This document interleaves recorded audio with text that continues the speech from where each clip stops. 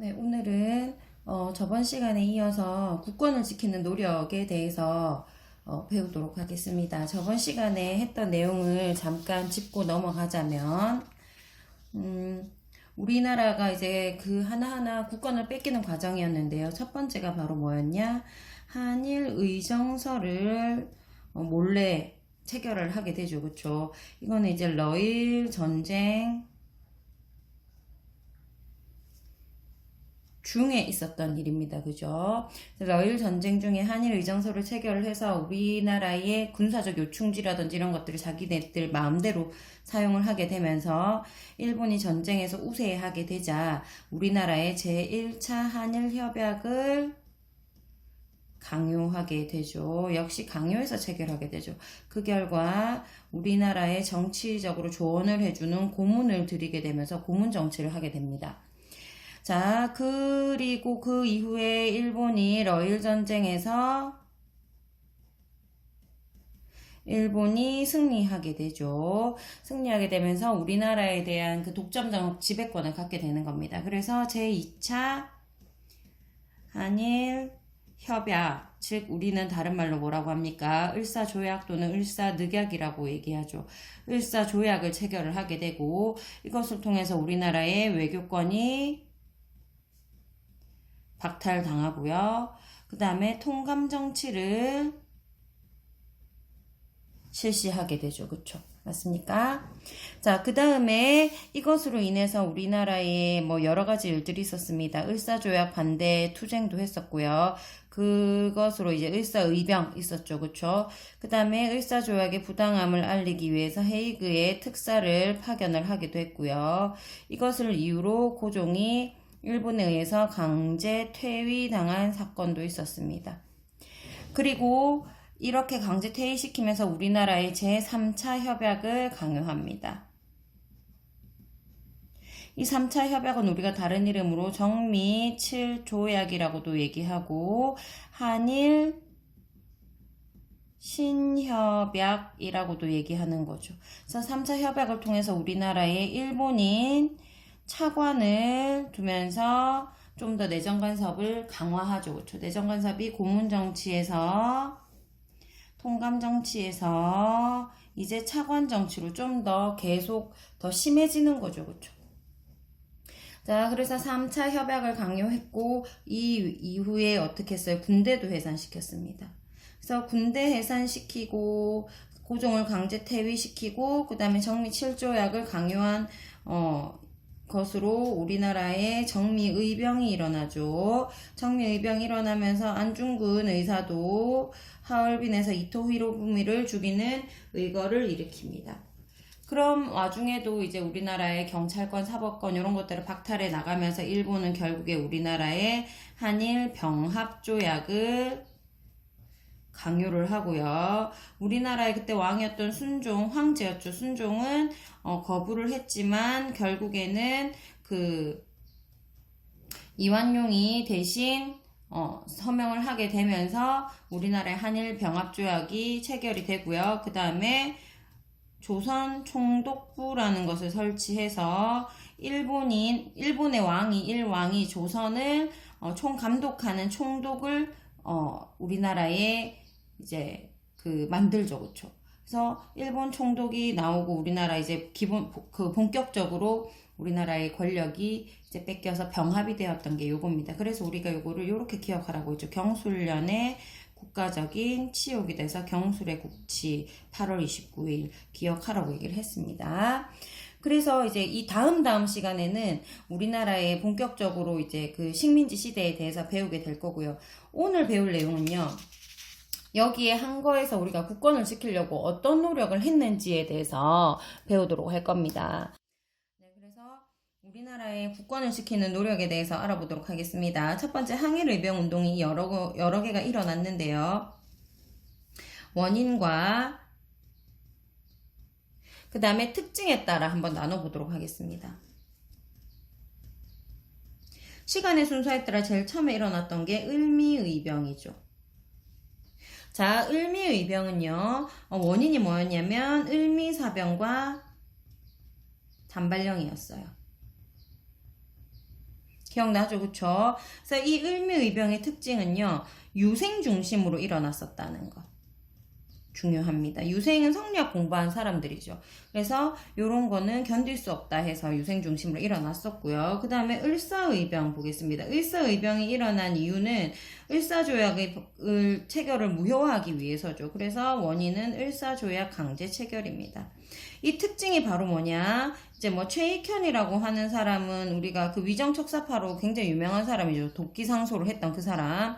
이 사람은 요때 당시에 순국을 했고요. 의병 활동을 하다가요. 그 다음에 기억해야 될 사람, 이 신돌석이라는 사람이죠. 이 사람은 의병장인데 이때까지만 해도 의병장이 유생 중심으로 일어났기 때문에 당연히 의병장도 유생이었겠죠. 근데 이 사람은 평민 출신의 의병장이었고 특히 이 사람의 활약이 굉장히 뛰어나서 일본 사람들이 굉장히 애를 먹었다라는 겁니다. 그래서 평민으로 확대가 되었다는 거예요. 유생에서. 그 다음에 마지막으로 일어난 이제 의병이 정미의병입니다. 정미의병이 일어난 이유는 이제 3차 협약이었죠. 정미 7조약. 그리고 고종도 강제퇴위 당했고, 고종이 강제퇴위 당한 이유는 헤이그 특사 때문이었죠. 고종이 강제퇴위를 당했고, 그 다음에 우리나라에 예산이 없다는 이유로, 재정이 악화되었다는 이유로 군대를 해산시켜버렸죠. 그래서 이 군대 해산이라는 게 작용을 해가지고 정미의병은 군인까지 합류하였다라는 것. 그래서 중요한 게 이게 뭐 의병의 규모가 우리나라 굉장히 크긴 했지만 체계적이지 못했었다라는 한계점이 있는데 훈련을 받은 군인들이 합류를 하면서 의병 전쟁화 되었다라는 것. 즉 굉장히 군인이 합류하면서 체계적이고 조직적이고 이렇게 되었다라는 것. 그래서 우리나라의 일본에 항의하는 의병운동에는 이렇게 세 가지가 있다는 거 기억을 합니다. 자, 그 다음에 두 번째 보겠습니다. 이거는 의병이었고요. 두 번째는 뭐냐? 항일 의거 활동을 보겠습니다. 얼마나 많은 사람들이 일본을 상대로 의거 활동을 했었는데 거사를 치렀죠. 굉장히 큰 일들을. 근데 이제 우리 너무 많은 사람 이름 나오면은 여러분들이 공부하기 힘드니까 핵심만 중요한 것만 찝어서 넘어가겠습니다. 일단 오적 암살단이라는 단체가 활동을 했습니다. 이 오적 암살단은요, 누구를 처단하는 게 목표였냐면 을사오적을 처단하는 것이 목적이었습니다.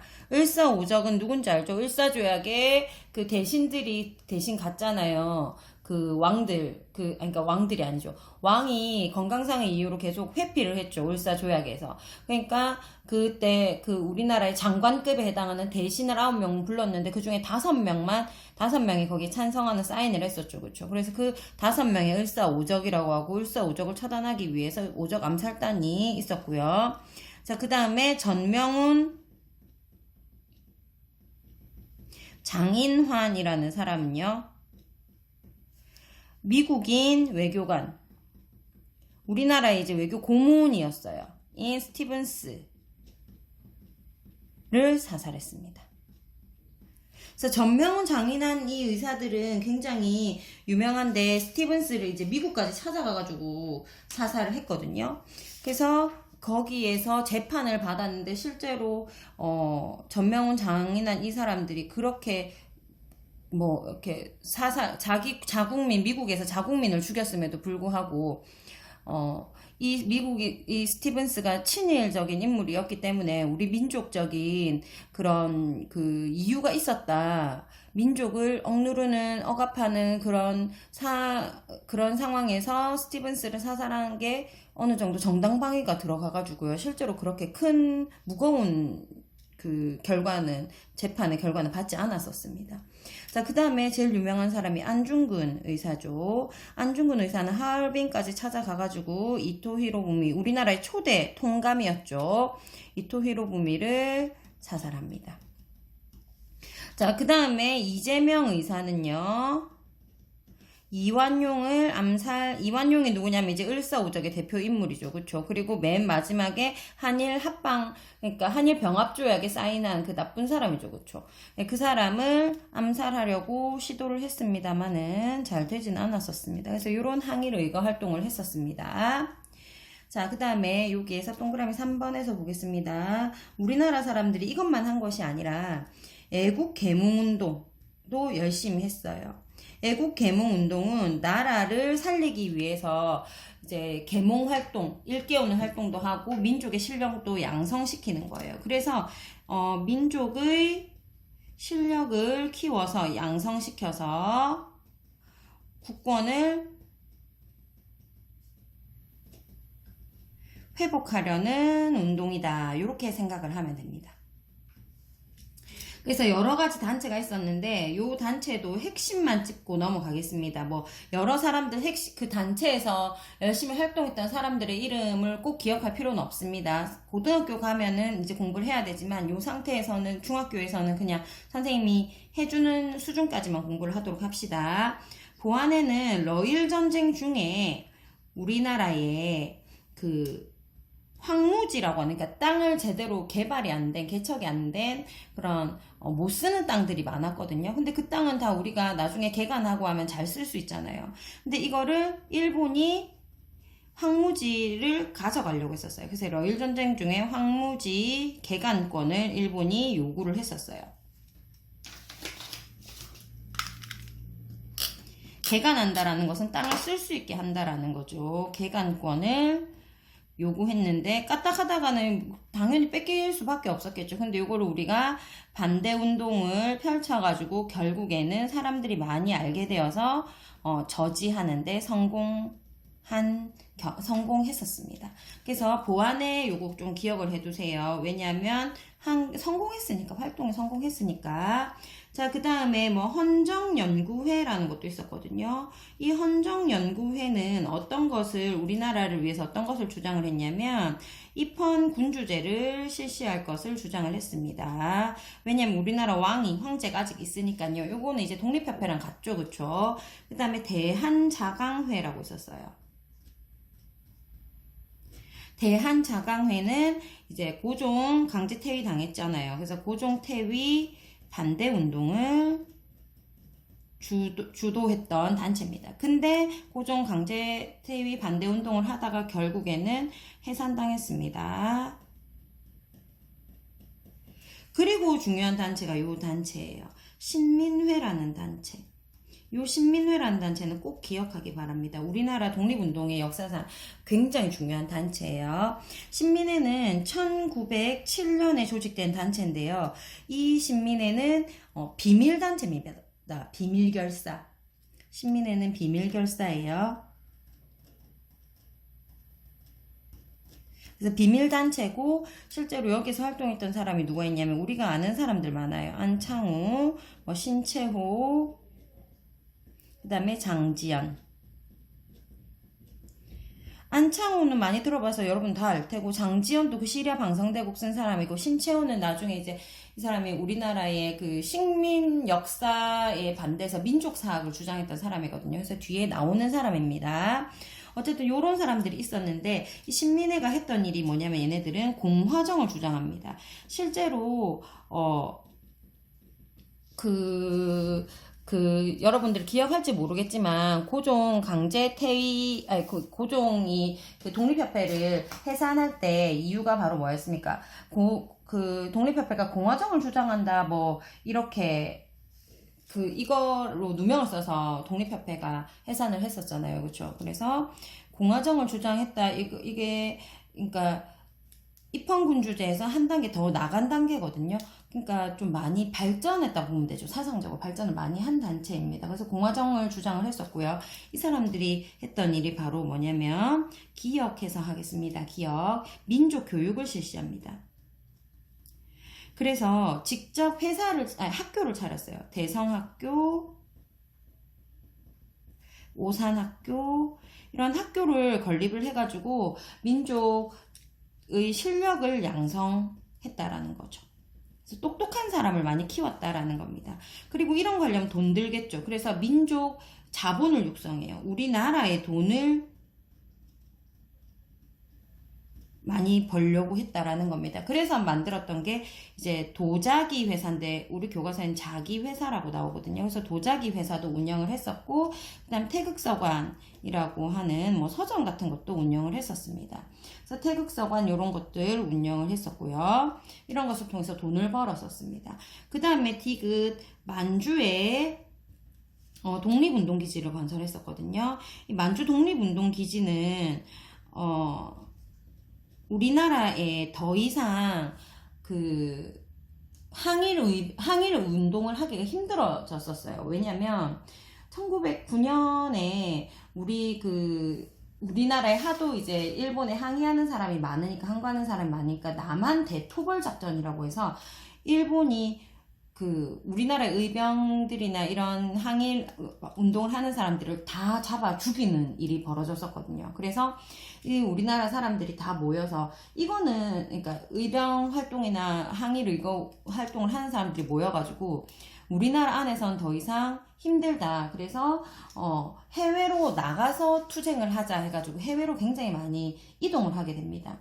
그러면서 그 해외 만주가 어디냐면 저번에도 얘기했다시피 중국, 우리나라 요렇게 쓰면 중국이 요렇게 영토가 되잖아요. 그래서 이 중국의 동북쪽에 해당하는, 우리나라의 북쪽에 해당하는 요 지역을 전부 만주라고 얘기를 해요. 그래서 이 만주 지역으로 많이 옮겨갔습니다. 여기에 러시아 땅은 연해주, 여기는 만주, 여기는 연해주. 그래서 만주, 연해주로 우리나라가 엄청나게 많이 옮겨가가지고 독립활동을 계속 하거든요. 독립운동을. 그래서 우리나라 국내에선 더 이상 일본이 너무 다 잡으니까 못하겠다 해서 여기로 도망가가지고 여기에서 계속 운동을 하거든요. 그래서 만주에 독립운동기지를 건설했는데, 이때 이시영, 이회영, 이 사람들 6형제, 6명의 형제가 굉장히 유명하죠.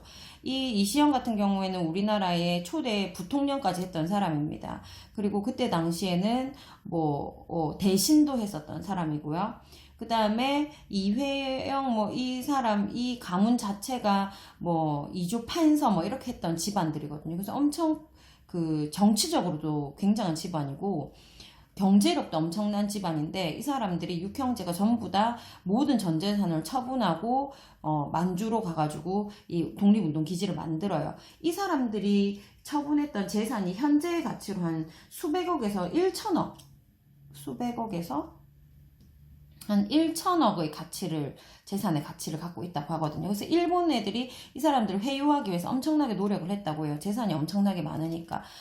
실제로 이제 한 600억 정도라고 보는 그게 제일 많은데, 결국에는 일본의 회유에도 불구하고 이 사람들은 만주로 가가지고 여기서 전 재산을 전부 다 투자를 해가지고 결국에는 독립운동을 계속하게 되는 겁니다. 나중에는 이 형제 중에 자식들은 굶어 죽은 사람도 있고 그래요. 그래서 자기의 모든 재산이나 부유함을 버리고 나라를 위해서 최선을, 목숨을 다 바친 사람들로 굉장히 유명한 사람들입니다. 자, 어쨌든 이렇게 이시영, 이혜영 이런 형제들 등도 가가지고 결국에는 만주로 옮겨서 만주에 신흥무관학교라고 하는 독립군 양성소를 키우면서 독립운동 기지까지 만들게 되는 겁니다. 알겠죠? 중요합니다. 신흥무관학교. 여기에 우리나라 독립군들이 엄청나게 많이 있었어요. 여기 출신 독립군이 엄청나게 많습니다. 꼭 기억하길 바랍니다. 근데 결국엔 이 신민회도 비밀결사지만 해체하게 되거든요. 해체하게 되는 이유가 바로 105인 사건이라는 건데, 이 105인 사건이 어디에서 비롯된 거냐면은 우리나라의 초대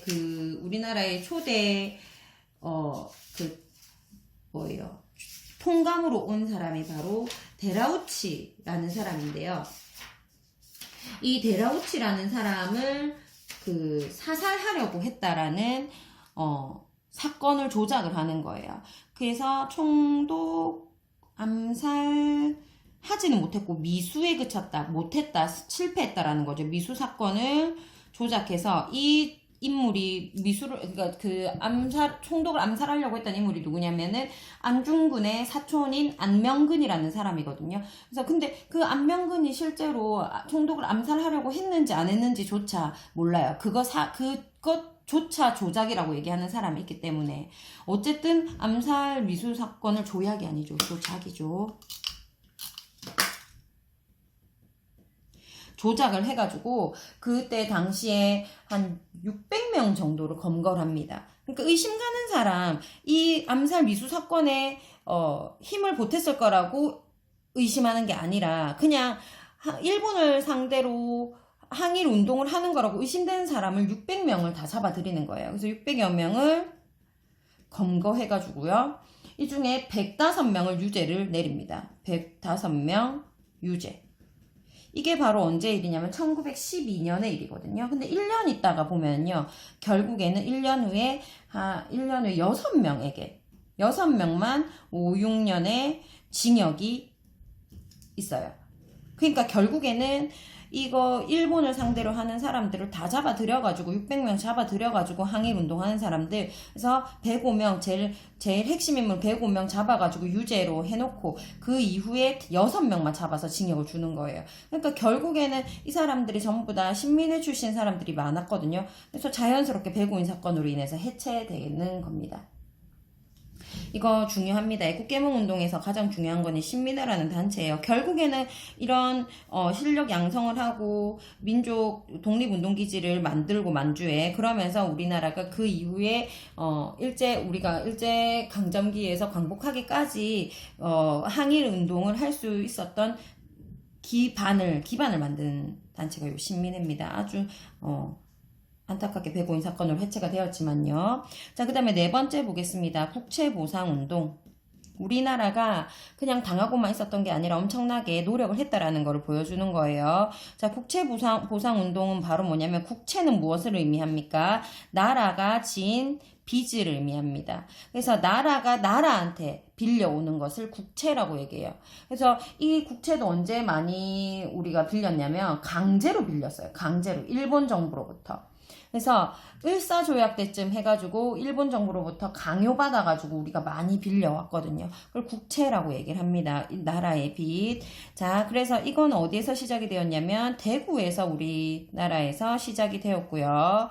그 다음에 국채를 갚기 위해서 좀 더 체계적으로 움직여 보겠다 해서 국채보상 기성회라는 게 조직이 되어요. 그래서 얘네들이 조직이 되어서 국채보상운동을 이끌어 나갑니다. 그리고 여러 신문에서도 도와줬어요. 매일신보, 그리고 황성신문, 이런 것들에서 신문에서 많이 홍보를 해줘가지고 전국적으로 이 국채보상운동이 확산이 됩니다. 전국 확산. 자, 그리고 어떻게 보상운동을 했느냐. 이제 금주하고 금연하고 담배도 안 피고 술도 안 먹고 그 돈을 모으는 거예요. 그리고 여자들은 뭐 비녀도 팔고 그 다음에 반지도 팔고 이런 것들로 해가지고 나라에 돈을 갖다 주는 겁니다. 여러분 들어봤죠? IMF 때 금모으기 운동. 그런 거하고 똑같은 거예요. 그러나 얘도 역시 일제의 탄압으로 실패하게 됩니다. 안타깝게. 그래서 우리나라가 이런 국권을 보호하기 위해서, 지키기 위해서 엄청나게 많이 노력했다라는 거 한번 보겠습니다. 정리해 볼게요. 항일 의병운동, 요런 의병운동 했었습니다. 그래서 결국에는 규모가 점점점 커졌죠. 전쟁까지 커졌습니다. 여기는 평민이 붙었고 여기는 유생 중심이었는데 점점 확대가 되죠. 그렇죠? 그다음에 항일 의공 활동에서 오저감살단도 있었고, 전명훈 잔인하는 미국의 스티븐스도 사살했고, 그다음에 안중근 같은 경우에는 이토 히로부미 사살했죠. 이거 중요하죠. 자, 그다음에 애국개몽운동 보겠습니다. 애국개몽운동은 실력 양성운동이에요. 실력을 키우겠다라는 거죠. 그래서 보안회가 했던 활동은 일제가 황무지 개강권을 요구했는데 결국 우리가 저지 성공했고, 신민회 요거 중요하죠. 신민회는 비밀 결사였는데 민족교육 학교 만들었고, 민족 자본 육성하기 위해서 이런 그 회사도 운영했고, 그다음 만주 독립운동기지 건설해서 신흥무관학교 이런 거 만들었고, 요거 중요합니다. 나중에 신흥무관학교에서 엄청나게 많은 독립군들이 나온다고 얘기를 했습니다. 해체는 배고인 사건으로 해체를 하게 되고요. 그 다음에 국채보상운동 요것도 실시를 했었죠. 하지만 대구에서 시작해서 우리가 요렇게 노력을 했지만 일제의 탄압으로 실패했다라는 겁니다.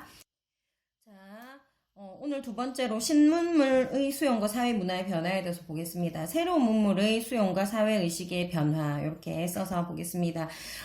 이제 우리가 개화도 했고, 그 다음에 개혁도 했고, 그 다음에 외국으로부터 문물도 많이 들어오고, 그 다음에 서양 세력뿐만이 아니라 이제 뭐 일본 같은 열강들이 우리나라에서 계속 이제 우리나라를 침략하려 하고, 이 와중에 문화도 굉장히 문물도 많이 들어오게 되는 거예요.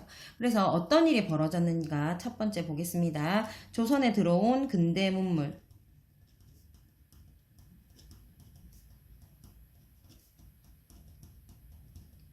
뭐가 있냐면 뭐 여러 가지가 있습니다만 화폐를 막 찍어내는 화폐를 발행하는 전환국 뭐 이런 것도 생기고 그다음에 통신, 교통, 전기, 의료 분야 이런 데서도 계속 근대 시설이 마련이 되거든요.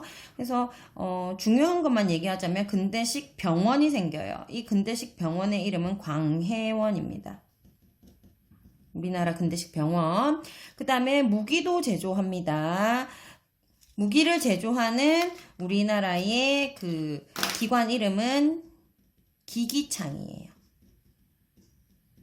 자, 그 다음에 전화, 전등 이런 것도 생기고요. 그 다음에 전기도 들어오고요. 전기 들어왔다 얘기했죠. 그 다음에 전차가 뭐냐면 기차죠. 지하철 이런 것들. 지하철인데 기차보다는 좀 느리고 전차라는 것은 땅 위로 다니는 거죠. 그쵸? 그 다음에 철도 이런 것들을 부설하게 됩니다. 부설한다라는 것은 그 시설을 만든다라는 거예요. 그래서 이런 것들이 우리의 생활의 편의를 제공하게 되죠. 생활의 편의를 제공하는 장점은 있지만 단점이 뭐냐면 열강이 우리나라에 침략하는데 이용이 되는 거예요. 그래서 열강의 침략에 이런 시설들이 이용이 되는 겁니다. 그리고 뭐 전차, 철도 이런 거 들어오면서 이게 시간에 맞춰서 기차가 오잖아요, 전차가. 그래가지고 각 역마다 이제 시계를 걸어놔요. 그래서 사람들이 이때부터 약간 몇 시에 만나자 이러하는, 그러니까 정확한 시간을 재는 시간관념도 많이 생기게 됩니다. 그 다음에 두 번째 볼게요. 생활 모습이 어떻게 변했는지.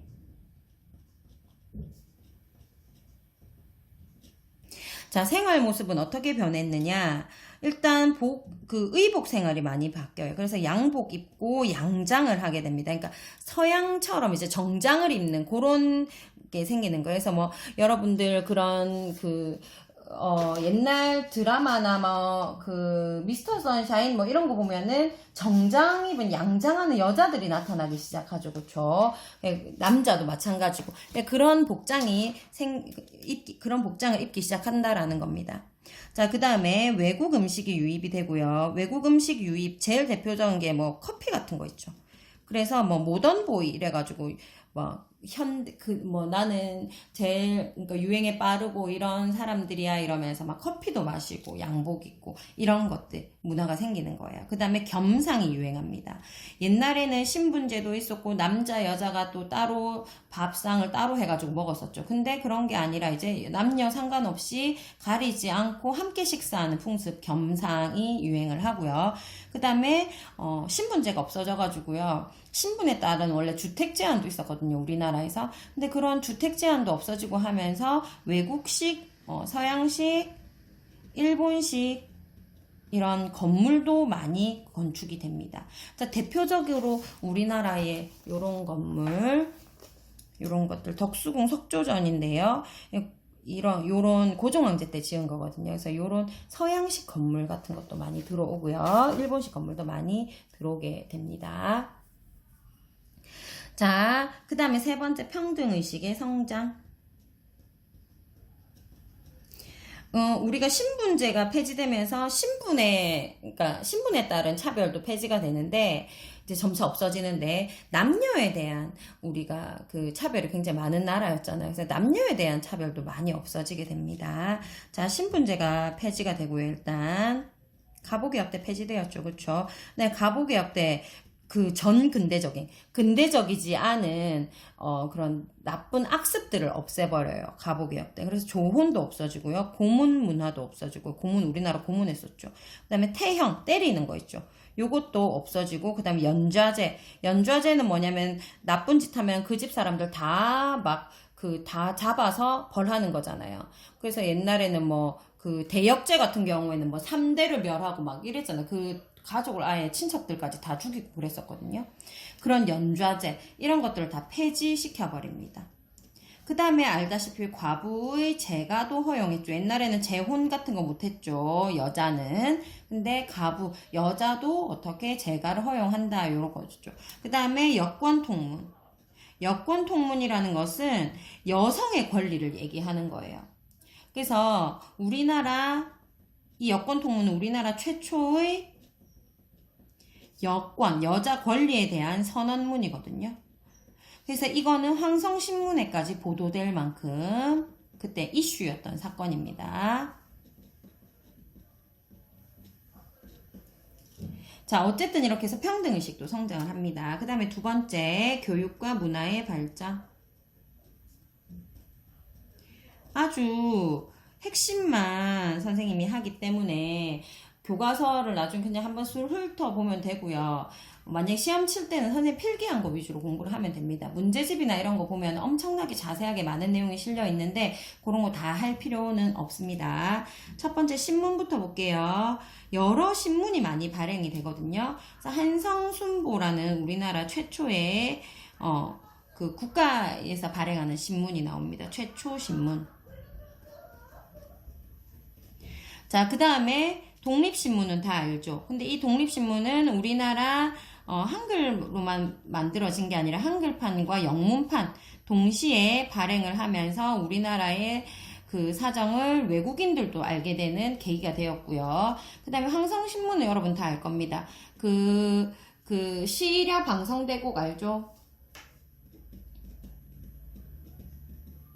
을사조약이 강제로 체결되면서 목 놓아 운다 하는 그 황성신문이죠. 황성문이 아니고 그 사설을 기재했던 장지연이 사설을 기재했던 신문이고요. 자, 그 다음에 대한매일신보. 요게 좀 중요해요. 왜냐면 이 대한매일신보의 그 발행인이 누구였냐면 영국인이었거든요. 그래서 영국인 베델이라고 하는 사람이 발행인으로 참여를 했어요. 그래서 우리나라의 그 나중에 배우겠지만 일제시대 때 우리나라의 신문이 굉장히 많이 검열을 당하고 아예 못 나오던 시절도 있었는데 이 대한매일신보는 영국인이 발행인이기 때문에 일본에서 이렇게 막 함부로 못했어요. 실제로 영국하고 일본하고 동맹관계이기 때문에 영국 국민을 일본 사람이 어떻게 잘 할 수가 없었거든요. 그래가지고 베델이 영국인이 이 신문에 발행인이었기 때문에 그나마 우리나라에 조금 그 독립과 관련된 이런 것들을 일본의 검열에서 자유롭게 실을 수 있었어요. 그 다음에 순한글 신문 이런 것들도 많이 나와가지고요. 부녀자 대상으로 한문 같은 거 어렵잖아요. 그러니까 잘 모르니까 순한글 신문 이런 거 나와가지고 부녀자 대상으로 엄청나게 인기가 많았다라는 거. 자, 이렇게 신문도 많이 나왔습니다. 그 다음에 두 번째 서양 음악도 많이 들어오고요. 그 다음에 서양식 극장 요런 것도 생기기 시작합니다. 우리나라 최초의 극장이 원각사라고 하는 극장이 있습니다.